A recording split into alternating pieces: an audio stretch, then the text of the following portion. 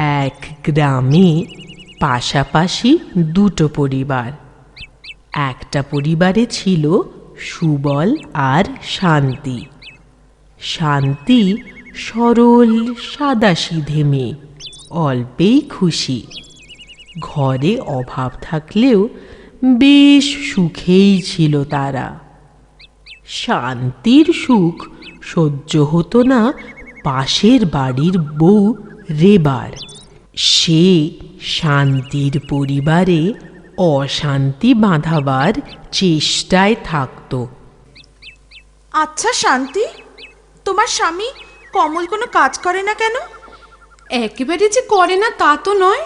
আমার স্বামীকে দেখো, দিন রাত কত খাটাখাটনি করে, তবেই না আমার স্বাদ আহ্লাদ মেটে।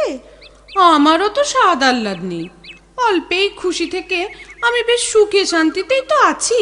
এ তোমার মন রাখা কথা। মুখে তুমি যাই বলো, যার শাড়ি গয়নার স্বাদ আহ্লাদ নেই সে আবার মেয়ে মানুষ নাকি? তো তোমার স্বামী তো তোমার স্বাদ আহ্লাদ মেটায়, তবু কি তুমি শান্তিতে আছো? দিন রাত তো তোমাদের ঝগড়া লেগেই আছে, সবই তো আমার কানে আসে। ঠিকই বলেছ, তোমার মতো বোকা মেয়েকে সুবুদ্ধি দিতে যাওয়াই আমার ঘাট হয়েছে। আজ খুব গরম পড়েছে, ঘেমে নিয়ে একবার একসার হয়ে যাচ্ছি। বসে বসেই ঘামছো, কাজ করলে কি করতে? ও বাবা, অমন করে বলছো কেন? বলবো না? তোমায় তো আর শুনতে হয় না, লোকে আমায় কথা শোনায়। ও লোকের কথা বাদ দাও তো, ওসব কি কান নিলে চলে এখন সব সময়? সে যাই বলো, কথাটা তো ভুল নয়। পুরুষ মানুষ কাজ না করে ঘরে বসে থাকলে সে কিসের পুরুষ মানুষ বলতে পারো? শান্তি, আচ্ছা শান্তি, তোমার বাপের বাড়ির অবস্থা কেমন? কেন বলো তো? না, এমনি জিজ্ঞেস করছিলাম। তুমি কিছু লুকোচ্ছ? এখন আর বলে কি লাভ?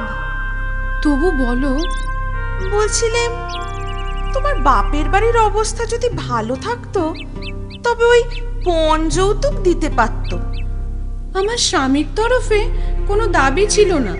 আহা, সুবলের কথা কে বলছে? যৌতুক দেবার সামর্থ্য থাকলে তোমার কি আর সুবলের সাথে বিয়ে হতো?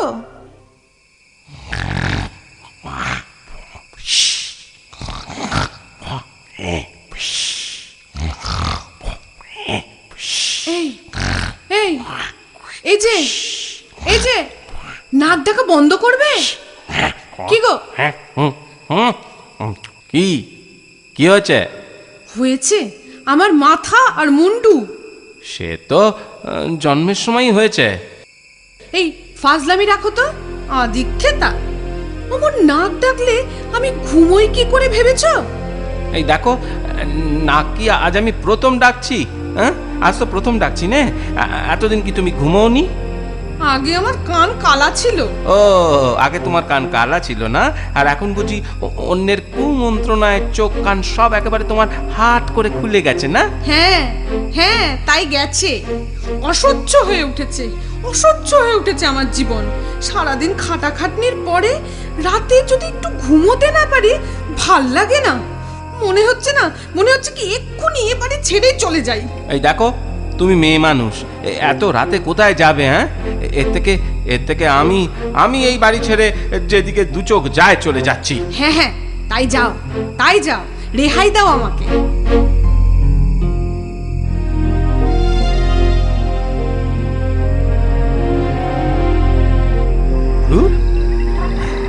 এরকম করে মানুষ বাঁচতে পারে?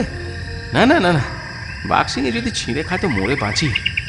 ঘেন্না ধরে গেল এই জীবনে। ছি ছি ছি ছি, ছে।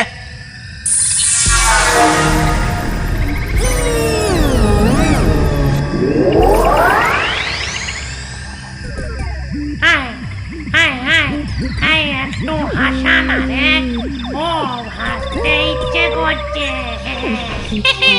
বেশি হাসাতে পারবে সে কিন্তু পুরস্কার পাবে। ঠিক আছে, তাহলে পুরস্কারটা আমি পাবো। টিঙ্কু টিকু টিঙ্কু টিকু টিঙ্কু টিকু টিঙ্কু টিকু আমার নাম বেগুনি সবার থেকে গুনি নাচতে পারি গাইতে পারি গড়িয়ে চোখের মনি উই উই উই উই উই উই ও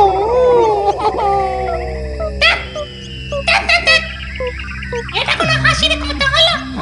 আমাদের তো হাসি পেল না। আমি এবার হাসাচ্ছি দেখ। ওরে বাপ রে বাপ, এখানে আবার ভূতের উৎপাত। যাকে যাকে, আজ আমার ভূতেরও ভয় নেই, একেবারে কিচ্ছুর ভয় নেই। বাঘ সিংহ ভূত সব সমান আমার কাছে। আমি বাবু ঘুম পাচ্ছে, বেড়ে ঘুম পাচ্ছে, ঘুমোই। নামটা আমার সবুজ, নয়তো আমি অবুজ। এদিক সেদিক নড়ে চড়ে আমার পিঠের খোঁজ। টিউ টিউ টিউ টিউ টিউ টিউ থামবি টিউ এটা আরো বিচ্ছিরি। কি বাজে এ কখনো হাসি পায়? কান্না পায়, রাগ ধরে। তবে তুই হাসা দেখি। হ্যাঁ, অনেকক্ষণ বক বক করছিস, এবার দেখি তো তুই কেমন হাসাতে পারিস। দেখবি? হ্যাঁ, দেখি তোর কেরামতি দারুণ।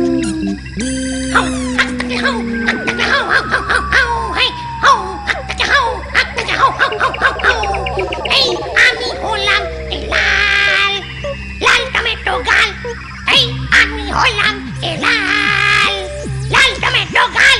পাগলা দাঁতে মুড়ি কি বই আমি কে আজকাল। পাগলা দাঁতে মুড়ি কি বই আমি কে আজকাল। কি হলো? কি হলো মানে?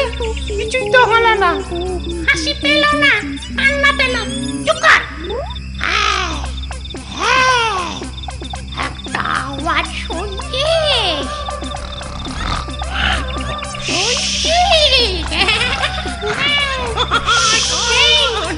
কিসের আওয়াজ রে? হাসি পাচ্ছে। চল গিয়ে দেখি।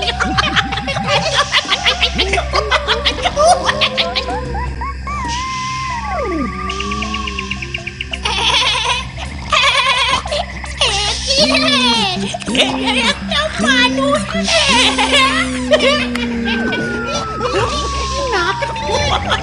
সুন্দর বাজনা বাজাচ্ছে, হাসি পাচ্ছে। আজকে তাহলে হাসির পুরস্কারটা ওই পাবে। এই ওটো ওটো ওটো ওটো বলছি। আরে ওটো ওটো, উঠে পড়ো, তোমায় পুরস্কার নিতে হবে। কে কে কে কে তোমরা? কারা? উঠেছে, এই যে আমাদের হাসানোর জন্য এই নাও তোমার পুরস্কার। শোনো, এটা কিন্তু সে টুপি নয়। এটা মাথায় করলে তুমি সবার মনের কথা জানতে পারবে। সবার মনের কথা জানতে পারবে, শুধু ভূতেদের ছাড়া। এবার এবার আমরা আসি। চলো, কিন্তু শোনো, তুমি সময় পেলে আবার এখানে এসো, কিন্তু আমাদের হাসাতে।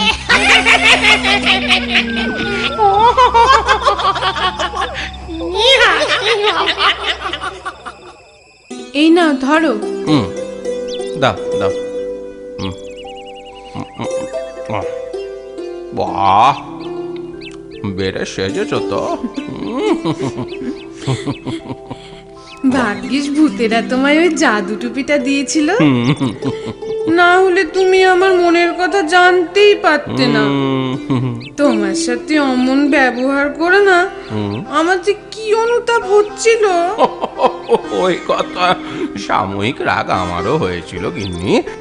তবে তবে টুপিটা না পেলেও তোমায় আমি ভুল বুঝতাম না, বুঝেছ? ওই ভুল ভাঙতে একটু দেরি লাগতো। শোনো, একটা কথা বলবো। জানি জানি, টুপিটা রাজাকে উপহার দিতে বলবে তো? ও মা, যাতে দেশের দশের কল্যাণে লাগে। তবে এটা ঠিক, এই টুপিটি পেলে শত্রুমিত্রর মন বুঝে রাজা ভালোভাবে রাজ্য শাসন করতে পারবে। বাবা, হুম, এটা না বলতেই বুঝে গেলে? ও বুঝবো না, টুপিটা আমার মাথায় আছে যে। যাই যাই যাই, আজই রাজ দরবারে যাই, বুঝেছ? শুভ কাজে দেরি করতে নেই।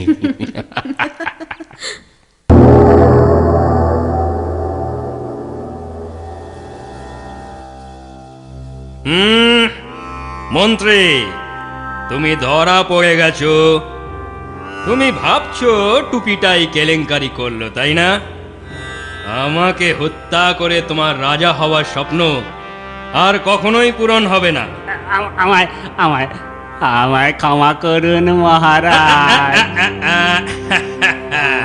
এখন ভাবছো একবার যদি ক্ষমা পাই হত্যা করতে আর দেরি করবো না, তাই না? কি এটা সবই বুঝে ফেলছে। না না না না মহারাজ, না। পালাবার কথা ভেবো না। প্রহরী, বন্দি করো ওই চক্রান্তকারী বেঈমান মন্ত্রীকে, নিক্ষেপ করো কারাগারে।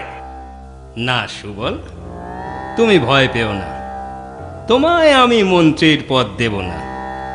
টাকা পয়সায় তোমার লোভ নেই জানি, কিন্তু তোমার মতো উপকারী বন্ধুকে খালি হাতে তো আর ফেরাতে পারি না। এই নাও তোমার উপহার, 1000 স্বর্ণ মুদ্রা।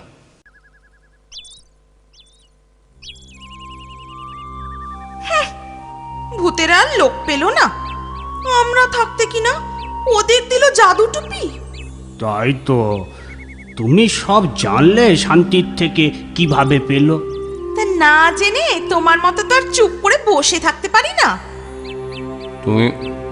তুমি সব জানিয়ে দিলে ওই হিংসুটে রেবাকে। কি আর করব, ওদেরও যদি উপকার হয় হোক না, আমাদের মনে তো আর হিংসে নেই বলো। যথার্থ বলেছ গিন্নি, যথার্থ বলেছ। তা ভালোই করেছ। স্বয়ং রাজা আর ওই উপকারী ভূতে রাজার বন্ধু, তার ক্ষতি করবে কোন শত্রু রে বলো? এই যে তোমাকে ওই জঙ্গলে গিয়ে ঘুমের ভান করে বিশ্রী সুরে নাক ডাকতে হবে কিন্তু। সে কি, কিন্তু আমি যে নাক ডাকতে পারি না গিন্নি। তো তুমি কি পারো শুনিয়ে? কি মুশকিলে পড়লাম বলো দেখি। ঠিক আছে ঠিক আছে, আমি নাক ডাকবো। তারপর ভূতেরা জাদু টুপি দিতে চাইলে তুমি অদৃশ্য হবার টুপি চাইবে। যা বাবা, টুপি পরলে লোকে যদি দেখতেই না পেল, তা পরে কি লাভ বলো দেখি? না দেখলেই তো লাভ। কিরকম কিরকম? ওরা তো এনেছে রাজার কাছ থেকে 1000 স্বর্ণ মুদ্রা। তুমি আনবে লক্ষ কোটি। আর রাজার সোনা জহরতে মোড়া হিরে বসানো মুকুটটা যদি হাতাতে পারো, ভূতের টুপি তবেই না কাজে লাগবে। কোনো প্রহরী তোমায় দেখতে পাবে না, তাই ধরা পড়ার ভয়ও নেই। শোনো, আর দেরি নয়, আজ রাতেই তুমি জঙ্গলে যাবে।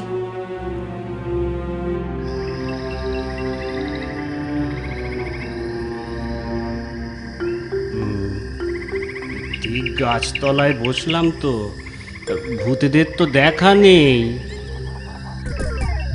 আজ আমার হাস্য কৌতুক হবে, কিন্তু সেই মানুষটার মতো আর হাসাতে কি কেউ পারবে?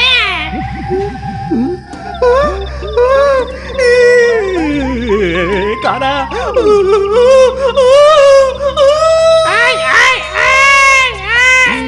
কোন আহাম্মক রে? ওই তো ওই গাছতলায় একটা মানুষ। তুমি জানালে কেন? চেঁচাইনি তো, নাক ডেকেছি। কি বলে রে, নাক ডেকেছে? তুমি খুব রসিক না? বড্ড ভালো হাসাতে পারে।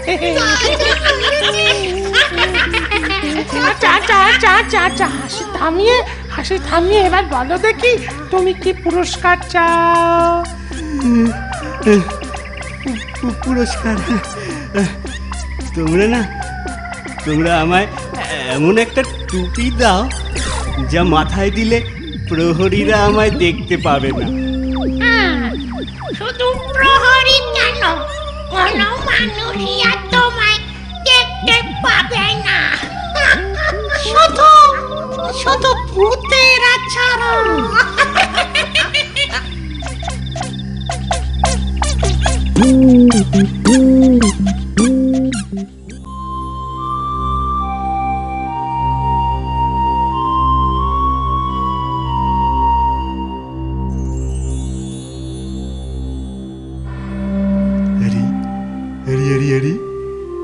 কোনো প্রহরী আমায় দেখতে পেল না। টুপিটা তো খুব কাজের। এবার আমাদের আর পায় কে? কি মজা, কি আনন্দ!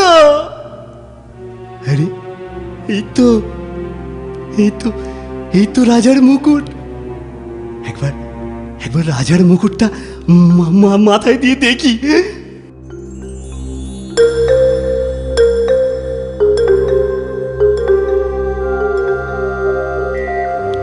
বাবা বাবা বাবা বাবা, আমায় দেখতে এত সুন্দর! এ তো রাজার থেকেও আমায় ভালো দেখতে লাগছে। বাবা বাবা বাবা বাবা! ওখানে কি একটা ঘোরাঘুরি করছে না? চোর মনে হচ্ছে। হ্যাঁ হ্যাঁ, তাই তো, চোর চোর চোর চোর চোর চোর চোর! টুপিটা খুলে ফেলেই বিপদ হলো। মহারাজা কানাইয়ের মনের কথা জানতে পেরে আসল দোষী রেবাকেও ধরে এনে দুজনকেই কঠিন সাজা দেন। ভূতের দেওয়া দ্বিতীয় টুপিটাও যায় রাজার দখলে, তবে তিনি কিন্তু সেটা ভালো কাজেই ব্যবহার করেন।